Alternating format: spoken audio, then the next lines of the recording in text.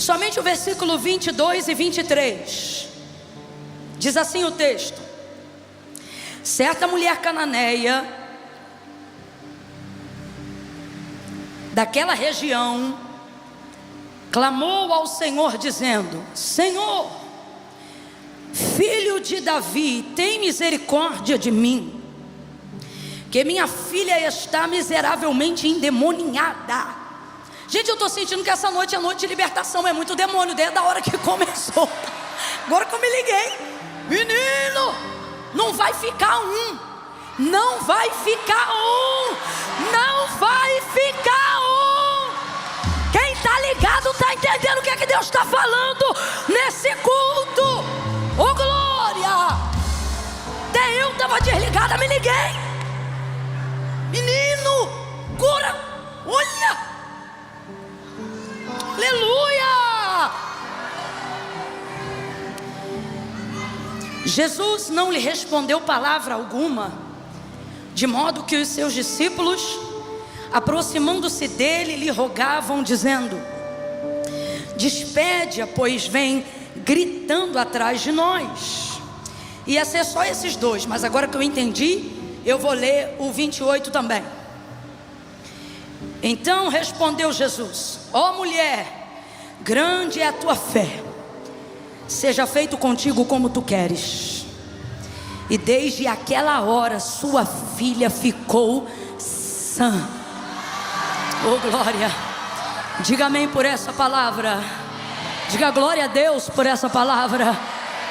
Senta glorificando o teu Senhor nessa noite.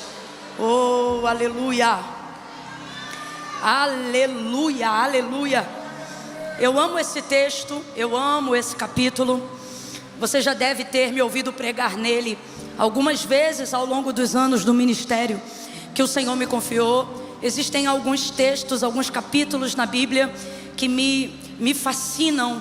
Tamanha é a quantidade de lições que a gente consegue extrair em um único texto.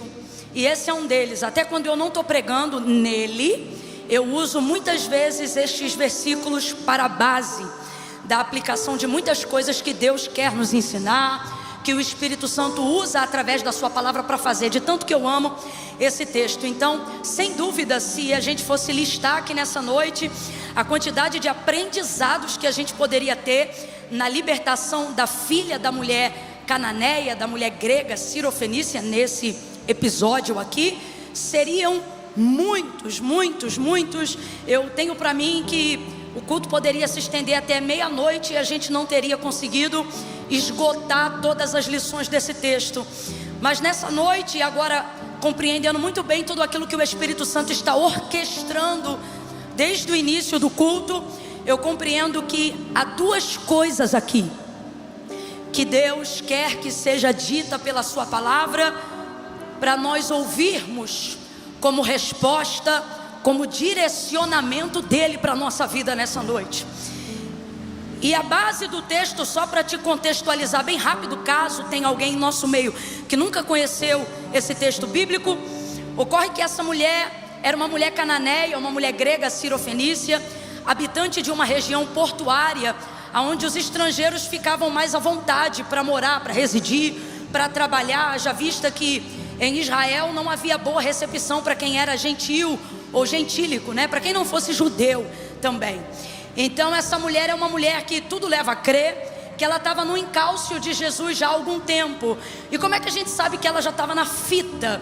Ela já observava Jesus há um bom tempo, porque Jesus não andava sozinho. Nessa ocasião, por exemplo, quando ele está passando próximo às cercanias de onde ela era, o texto é claro, ele está passando ali com seus discípulos. Então a gente está falando aí de 13 homens hebreus, judeus, melhor dizendo, andando juntos. E esses homens se parecem, a roupa é parecida, a barba é parecida, o tipo do cabelo é parecido, a idade é parecida. Então eles são parecidos em muitos aspectos. Como que ela vai descobrir que um dentre o total daqueles 13 é o Filho do Deus vivo? Obviamente, porque a gente não está falando de uma época de Instagram, de cartaz, a gente não está falando de uma época de rede social. Para você conhecer uma pessoa, você tinha que ver aquela pessoa pelo menos uma vez pessoalmente. você tinha que ter boa memória. Então a gente está ali num aglomerado de 13 homens passando por Tiro e Sidom. No texto que relata o mesmo contexto, só que em Marcos, vai dizer que quando Jesus decidiu passar pelas cercanias de Tiro e Sidom, que é o lugar onde essa mulher vai gritar e vai clamar pela libertação da filha dela, o texto vai dizer que Jesus disse a seus discípulos para que não contassem a ninguém que ele iria caminhar por aquela região.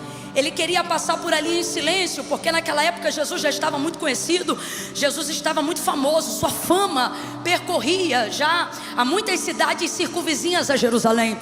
O texto de Lucas vai dizer que aonde Jesus passava, afluía uma multidão de pessoas. Então nessa ocasião específica, e é um texto raro, nessa ocasião específica, de acordo com o relato do outro evangelista, Jesus vai dizer: olha, eu vou passar por aquelas cercanias, mas eu não quero que vocês contem a ninguém, eu quero passar ali em segredo. E aí, passando pela região de Tiro e Sidom, aparece essa mulher cananeia que tinha uma filha miseravelmente endemoniada. Eu gostaria que você entendesse, porque às vezes, falando rápido, a gente fala endemoniada, né? Mas não é endemoniada, é endemoninhada. Sugestão de ninho de demônios, possessão demoníaca completa. Essa menina já havia perdido sua consciência. Certamente ela era mantida presa em casa para não acometer nenhuma besteira à sua própria vida, para não denegrir contra sua própria vida física. E aí quando Jesus passa nessas cercanias, pedindo aos seus discípulos que mantivessem isso em oculto, essa mulher aparece clamando por essa filha que está endemoniada em casa. E ela já chega no cenário reconhecendo o senhorio de Cristo. Então isso já derruba, gente, qualquer legalidade que o demônio tivesse de manipulação na casa e na vida dela, por ela ser cananeia. Porque talvez você está me ouvindo aqui e não está entendendo o que é. Será que ser cananeu era só ter uma nacionalidade diferente da judia? Não, ser cananeu correspondia não só a uma geografia, mas a cultura de um povo. E o povo cananeu foi um dos últimos inimigos a serem extirpados da terra de Canaã, que Deus prometeu a Abraão quando Josué entrou com o povo na terra. E por que foram um dos últimos? Porque esse povo era um povo sanguinário, era um povo de guerra, era um povo de morte. Esse povo, por exemplo, era adorador de Moloque. Quem era Moloque naquela época? Dentro desse contexto de liturgia, de devoção e de adoração, a culto a deuses, Moloque era um deus que era adorado com você entregando seus filhos para serem queimados no ventre de bronze. Então a adoração que ele recebia era sacrifício de crianças que eram cozidas num ventre de bronze, e os próprios pais entregavam esses filhos para serem queimados. Lá na frente, por exemplo, você vai ver que Deus livrou o rei Ezequias, porque o pai de Ezequias era um homem que era adorador de Moloque. Então essa mulher é descendente desse povo, de um povo de muita malignidade, de muito sangue, de uma cultura muito maligna, de muito sacrifício, de muita morte. Tanto é que isso explica porque que no grego o termo que ela usa diz assim: olha, Senhor, filho de Davi, tem misericórdia de mim, que é minha menininha. Porque menininha é o termo grego utilizado para se referir a uma moça que ainda não completou os 13 anos de idade. Então a gente fica pensando: rapaz, que nível de legalidade uma criança de 13 anos vai dar para o demônio tomar posse da vida dessa criança nesse nível? Só que não era apenas ela, mas sobre tudo que envolvia a casa, a família e esses anos de devoção a deuses estranhos. Só que essa mulher, vendo tudo o que Jesus fazia, e como é que você sabe, Camila, que ela já tinha visto o que Jesus fazia? Porque você busca Jesus primeiro pelo testemunho.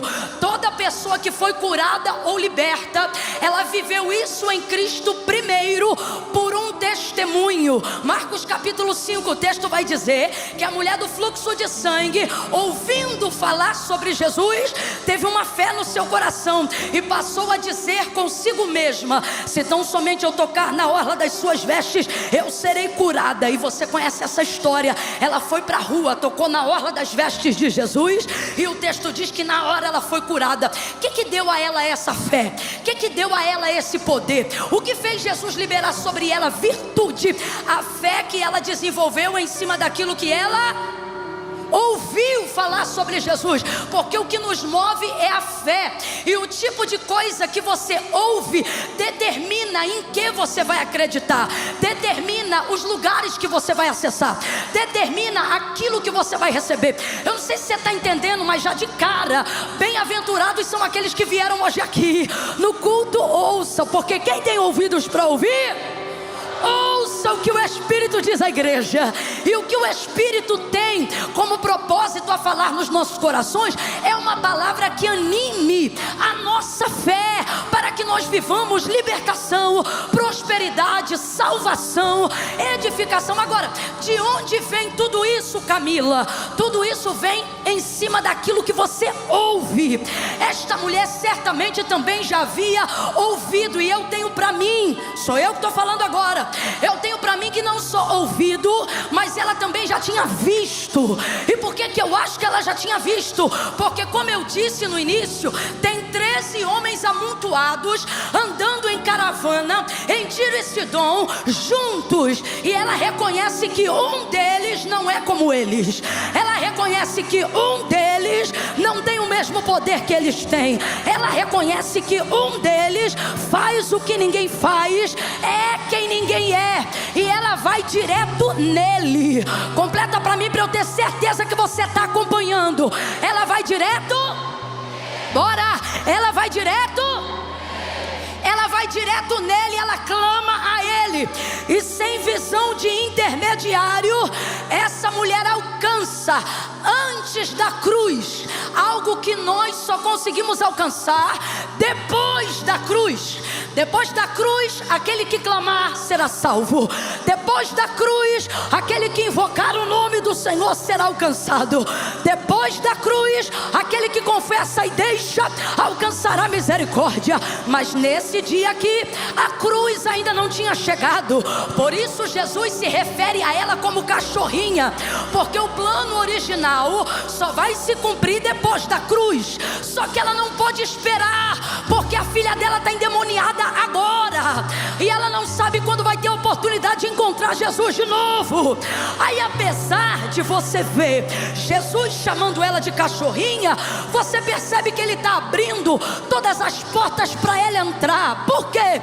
Se você olhar o texto, você vai perceber que Jesus não fez nada naquela região que ele decidiu passar em secreto, a não ser libertar a filha dessa mulher.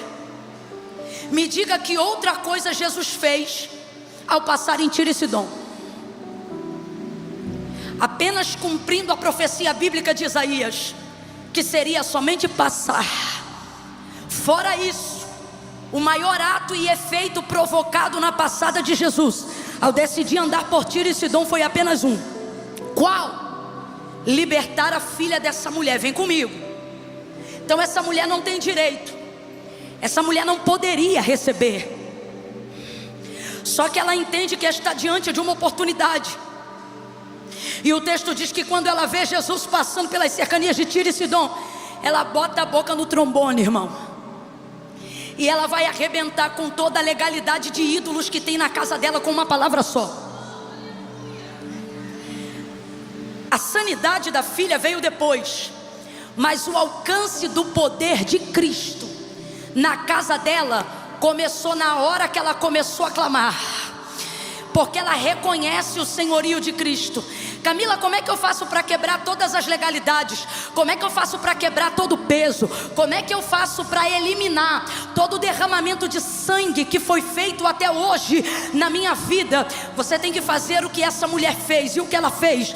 Ela entendeu duas coisas. Primeira, que estava diante de uma oportunidade. Segunda, que diante de uma oportunidade você não se envergonha, você vai para cima, você luta por ela. E como ela lutou, a primeira palavra que saiu da sua boca foi Senhor. E esse S, pode olhar em casa, é maiúsculo. Ela não está chamando ele em respeito por ele ser homem ou por ele ser mais velho. Quando ela diz Senhor, o que ela está dizendo é: eu reconheço que tu és o Filho do Deus vivo. O que ela está dizendo é: eu reconheço que tu és o Deus dos deuses. Eu reconheço que tu és o Senhor dos senhores. O que isso significa? Quando ela abre a boca para dizer: Senhor, filho de Davi, tem compaixão de mim. Senhor, filho de Davi, tem compaixão de mim. Sabe o que ela está dizendo? Durante todos os anos eu reconheci muitos senhores, eu servi muitos senhores, eu busquei muitos senhores, eu adorei muitos senhores, mas neste dia eu reconheço que eu estou diante do Senhor dos senhores. A cada momento que ela dizia: Senhor, filho de Davi, tem compaixão de mim, todos os outros deuses que passaram pela vida desta mulher eram reputados a nada, porque o reconhecimento dela ao senhorio de Cristo estava esmagando toda a legalidade que havia sido dada na casa e na vida da filha até aquele dia. Camila, eu ainda não entendi, vai entender agora. Aquele que invocar o nome do Senhor será salvo. Havia um homem na cruz, ele era ladrão e foi crucificado no mesmo dia que Jesus. E esse homem era réu do inferno, aonde, de acordo com o Apocalipse, o fogo não apaga e o verme não morre. Era para lá que ele iria logo depois da sua morte, porque ele era bandido, porque ele era ladrão. Ele estava ali por um motivo de condenação. Só que ele vê em Jesus que Jesus era inocente, e ele consegue reconhecer mais do que a humanidade. Ele consegue ver Jesus para além dos hematomas, ele consegue ver Jesus além do inchaço do rosto. E aí, olhando para Jesus próximo de sua morte, ele vai dizer assim: Senhor, qual é a primeira palavra que vai sair da boca do ladrão? Bora, abre a boca. Qual é a primeira palavra que vai sair da boca do ladrão? E se você olhar, você vai ver que esse Senhor também não é com S minúsculo, não é em sinal de respeito, é em sinal de reconhecimento à sua divindade. Esse S é maiúsculo. Ele vai dizer para aquele homem, ele vai dizer para Jesus: Senhor, se possível for, lembra-te de mim quando entrares no teu reino. E imediatamente, irmãos, Jesus vai virar para aquele homem que era bandido, que era ladrão, que era réu do inferno, que se morresse a 1 milésimo de segundos atrás dessas palavras, é para lá que ele ia. E toda a sua vida agora será transportada do império das trevas para o reino do Filho do seu amor, por causa de uma palavra que ele liberou. Ele disse: Senhor, ele disse: Senhor, se possível for, lembra-te de mim quando entrares no teu reino. Na hora, Jesus vira para ele e diz: ainda hoje ainda hoje, eu estou sentindo a autoridade de Deus para dizer isso aqui. Diga bem forte assim comigo: ainda hoje. É porque Deus está falando que é hoje. Diga: ainda hoje. Ainda hoje, aquele que invocar o nome do Senhor vai ser salvo. Jesus disse para ele: ainda hoje estarás comigo. Não é no inferno, é no paraíso, porque reconheceu o senhorio de Cristo. Agora você entende por que essa mulher grita atrás de Jesus, dizendo: Senhor, filho de Davi, tem misericórdia de mim, que minha filha está endemoniada, miseravelmente endemoniada. Ela começa a gritar: Senhor, filho de Davi, tem compaixão de mim.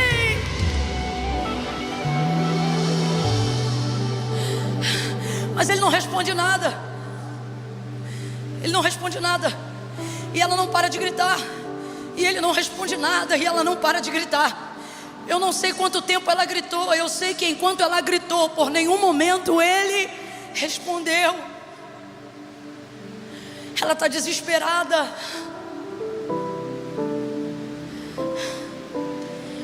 E ela tem um agravante. Os discípulos tentam convencer Jesus.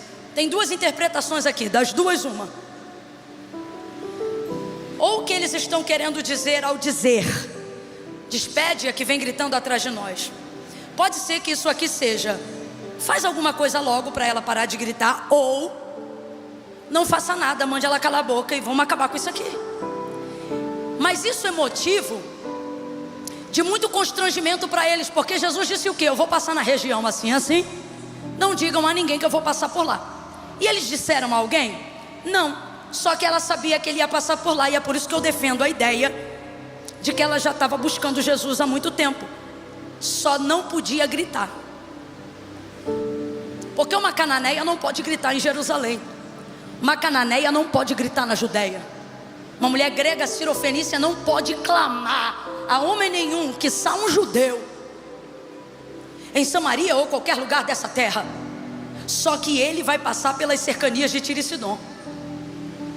Então ela está sendo tolhida de dar o grito de socorro dela há muito tempo. Eu estava ali olhando o texto e o Senhor mandou eu dizer isso aqui.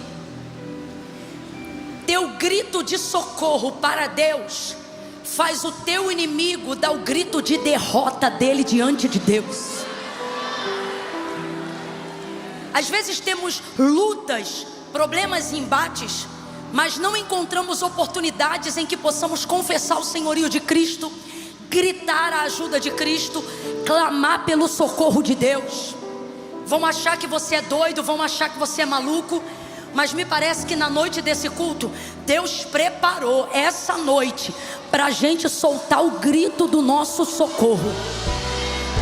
Porque no grito do nosso socorro, do nosso pedido de ajuda a Deus, Satanás terá de dar o grito de derrota dele. Então, se eu fosse você nessa noite, eu não me preocuparia com o que vão pensar, porque você está diante da oportunidade de mandar demônios antigos irem embora da tua casa, de quebrar alianças antigas que você não sabia como romper do meio da sua família. Eu estou falando abertamente. Tem gente aqui que nessa noite, dependendo do que gritar e de com quem falar, e a pessoa é Jesus, você vai quebrar platô de resistência antigo, coisa que o remédio não curou, coisa que muitas áreas da vida não deu jeito. Eu vou falar como o Senhor está me dando ordem. Diagnósticos médicos serão alterados dependendo do grito que você der nessa noite. Eu vou falar conforme a ordem do Senhor. Teu médico vai pedir um segundo exame. Aí você vai dizer, mas esse é recente. Mas o Espírito do Senhor vai tomar a mente dele e vai dizer, pede outro. Por quê? Porque naquele dia lá ela gritou, e enquanto ela gritava, esse tumor que não saiu com rádio, que não saiu com químio, vai sair pela fé. Vai sair, grita. Eu não sei qual é a área da tua vida, mas está liberado. Lagoinha, Alphaville, grita o teu Senhor. Senhor, Filho de Davi, tem misericórdia de mim. Tem misericórdia, tem misericórdia, Filho de Davi. Solta teu grito, clama. Qual é a porta que está fechada? Clama. Qual é a doença que precisa ser repreendida? Clama. Filho de Davi, tem compaixão. Eu vou te dar mais um minuto.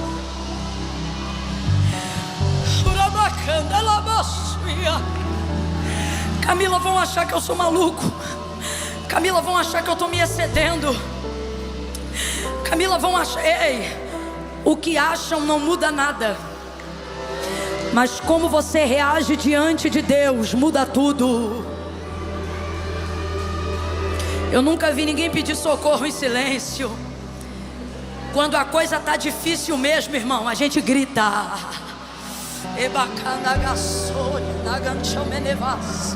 Quando a coisa está difícil, a gente grita, socorro! Só que o Senhor está dizendo, você não está clamando o vizinho, você não está clamando o irmão, você está clamando o Senhor dos Senhores. Meu irmão, ela grita e Jesus não responde nada. Aí texto diz que então o agravante que eu estava falando com vocês se aproxima, que são os discípulos dizendo: olha, despede, pois vem gritando atrás de nós. Completa aí para mim, por favor. Despede, pois vem gritando atrás. Vamos lá? Despede, pois vem gritando. Então vamos lá.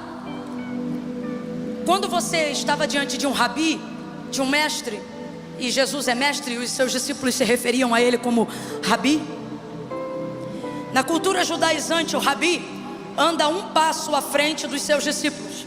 Então mesmo que eles estivessem andando em grupo, em fila ou ladeados um pelo outro, a tendência, de acordo com a cultura, é que Jesus esteja sempre à medida de um passo, coisa de 50 centímetros, meio metro, no máximo 1 metro de distância deles. Não distante o suficiente que não ouça a voz ao andar junto, mas a ideia é que o rabi, o mestre, sempre esteja no mínimo uma passada à frente. Por quê?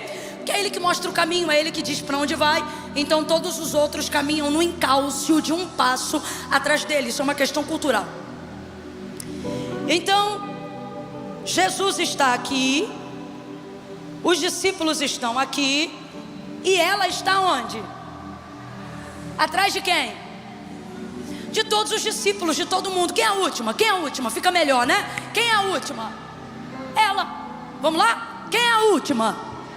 Ela. Por isso os discípulos se aproximam de Jesus. O texto diz que eles se aproximam de Jesus e dizem: despede-a, pois vem gritando atrás de nós. Eles representam para nós nessa noite aqui um tipo de público que está mais perto de Jesus do que nós, e que poderia usar essa influência para abençoar quem está clamando.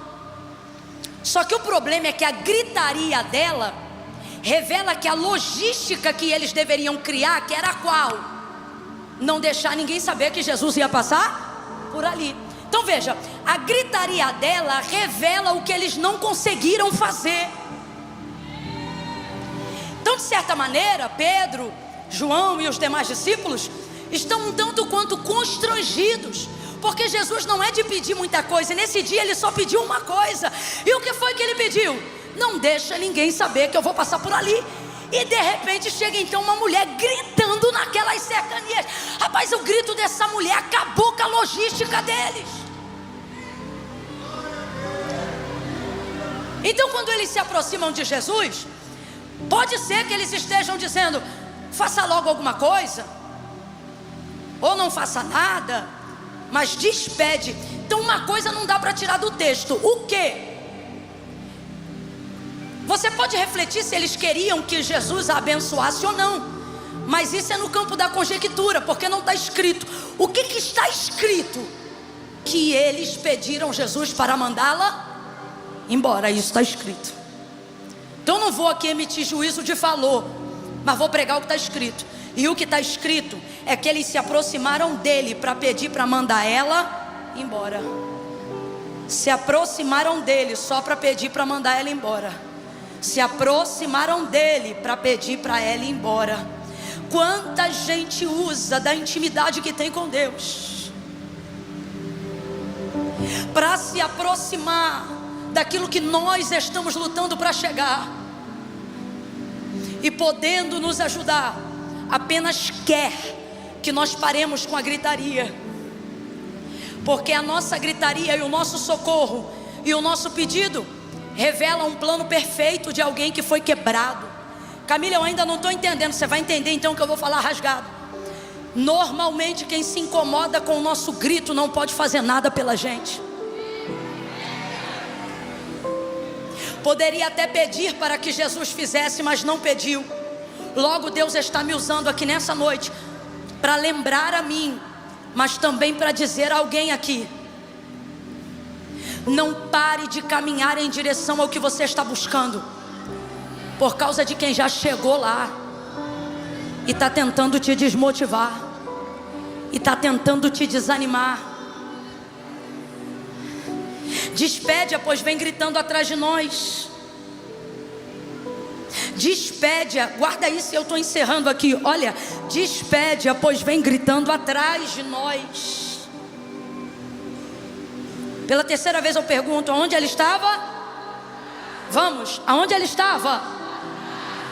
Manda ela embora, despede-a, pois vem gritando atrás de nós. Eles falam isso no versículo 23. No 25, só pulou um versículo, o texto diz assim: e ela chegou. Oh, não pare de clamar, não pare de clamar. Deus está falando com alguém aqui. Não pare de clamar, não pare de gritar, não pare de orar. Não se importe com o que andam dizendo, com o que andam falando. São pessoas que às vezes estão numa posição mais privilegiada do que você. São pessoas que às vezes têm mais ciência de quem Deus é do que você. É gente que às vezes tem uma palavra de autoridade até na boca. Eu não vou mentir não, eu vou pregar como está escrito. Às vezes você vai perceber que a despedida, que o desânimo vem de quem anda com ele, vem de quem está do lado dele. Vem de quem fala com ele. Mas ela não parou, ela não parou. Eu tenho para mim que antes deles pedirem Jesus para parar de falar com ela, eles já devem ter feito algum gesto para que ela parasse. Mas essa mulher era imparável, porque quem sabe o que está indo buscar não para por qualquer obstáculo. Ela era imparável. Ela precisa da libertação da filha. Ela precisa quebrar essa cadeia de demônios. Ela quer levar para casa uma carta de ordem de despejo para estes demônios. Ela saiu de casa decidida: eu vou aproveitar essa oportunidade. Esta quarta-feira é noite de decisão. Aproveite esta oportunidade e volte para casa com ordem de despejo. Ela clama, ela grita. Eles se incomodam, eles não gostam, eles dizem: manda ela embora. Mas ela continua caminhando, ela continua caminhando, ela continua caminhando. Eu estou sentindo a graça de Deus aqui.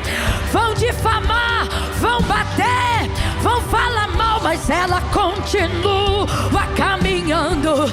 Ela continua caminhando. Ei, vai ter batalha espiritual, vai ter parente falando mal, vai ter homem de Deus tacando pedra, mas ela continua caminhando.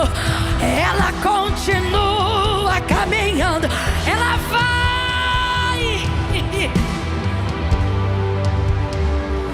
Ela não fala com os discípulos.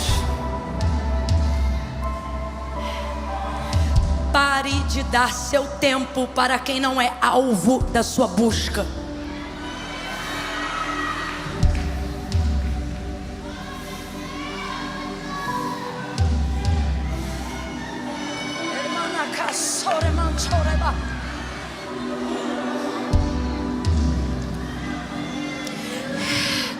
Enquanto eles falam dela, eles pararam Jesus para falar dela, porque estava todo mundo andando. Aqui, estava todo mundo andando. Só que eles foram parar Jesus para falar dela. Olha, lá atrás tem uma mulher gritando, como se Jesus não estivesse ouvindo. Ó, tem uma mulher gritando lá, despede ela. Eles pararam Jesus para falar dela. Presta atenção nisso aqui. Eles pararam Jesus para falar dela. Presta atenção, eu vou falar de novo até você entender.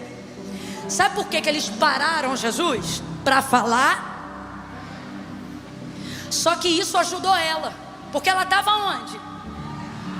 E porque eles pararam para falar, ela chegou. Ela conseguiu romper os discípulos. Ela conseguiu romper o lugar onde o próprio Jesus estava. Ela não ficou mais atrás, nem dos discípulos e nem de Cristo. Ela chegou na frente de todos eles, incluindo Jesus, e se prostrou diante dele. E aí quando ela chegou diante dele, Aí ela não clama mais, porque clamor, grito, socorro, você pede enquanto você busca. Quando você acha, você não pede mais nada, você só adora. O texto é claro. Quando ela chega, ela não clama. Ora, mas ele não respondeu o clamor dela. É uma mania que a gente tem de achar que Deus só responde quando Ele fala. Mas o importante de um clamor não é o quanto Deus fala, é saber se Ele ouviu tudo que eu falei enquanto eu clamava. E Ele ouviu, porque ela não repete de novo: Senhor, filho de Davi, tem como... Não. Ela só o adora. O texto diz que ela o adorou e apenas disse assim: olha, Senhor, socorre-me. Socorre-me de quê? Ela não precisa falar, porque ela já passou uma quantidade de tempo clamando. Ah, mas ele não respondeu nada. Mas a maior prova de que ele ouviu tudo é que ele respondeu ela com coerência. Quando ela disse: Senhor, socorre-me, ele responde: não é bom pegar o pão dos filhos e deitá-los aos cachorrinhos. Duas verdades e eu encerro. Primeira, quando você tiver um alvo e estiver buscando pela tua vida e pela tua casa, mais serão os que te tentarão parar do que os que vão te ajudar. Não atrase a sua chegada respondendo ninguém no caminho. Só não pare de caminhar, porque enquanto eles param para falar, você chega. Enquanto eles param para falar, você chega. Segundo, quando chegar, lembre-se porque você veio. Já falou o que tinha para falar. Camila, mas Jesus ainda não me respondeu. Mas você precisa ter certeza que Ele te ouviu. Fé não é confiar no que Deus vai fazer, é ter certeza que Ele está acompanhando tudo que eu estou fazendo. E Ele é justo. Senhor, socorre-me. Não convém pegar o pão dos filhos e deitá-los aos cachorrinhos. O termo original era cão, mas ele não consegue chamá-la de cão, porque ela entrou numa brecha. O judeu que tinha um servo, uma serva que não era judeu, mas reconhecia o Deus de Israel como seu Deus, ficava como agregado na casa servindo. Tipo Ruth e Noemi: teu Deus é meu Deus, teu povo é meu povo. Ela era moabita. Para essas pessoas era usado o termo cachorrinho. Isso te escandaliza, mas eu estou falando de um contexto cultural. Então o que é cão? O cão é na rua, mas o cachorrinho é aquele que tem acesso. Ela compreendeu que quando Jesus disse: não convém pegar o pão dos filhos e deitá-los aos cachorrinhos, ela está entendendo que Ele não está dizendo eu não vou fazer, mas Ele está dizendo não é conveniente que eu faça. Então ela pensa: isso não é um não, isso é uma brecha. E ela concorda dizendo: sim, Senhor, mas também os cachorrinhos comem das migalhas que caem da mesa dos seus senhores. Aí Jesus vai se assustar, né? E vai dizer: ô mulher. O termo original era cão. Cão ele não conseguia e passou a chamar de cachorrinho. Só que depois que ela manifesta tamanha fé, ele não consegue mais chamar nem de cachorrinha, ele chama de mulher. E o que fez isso? A fé. A fé dignificou aquela mulher.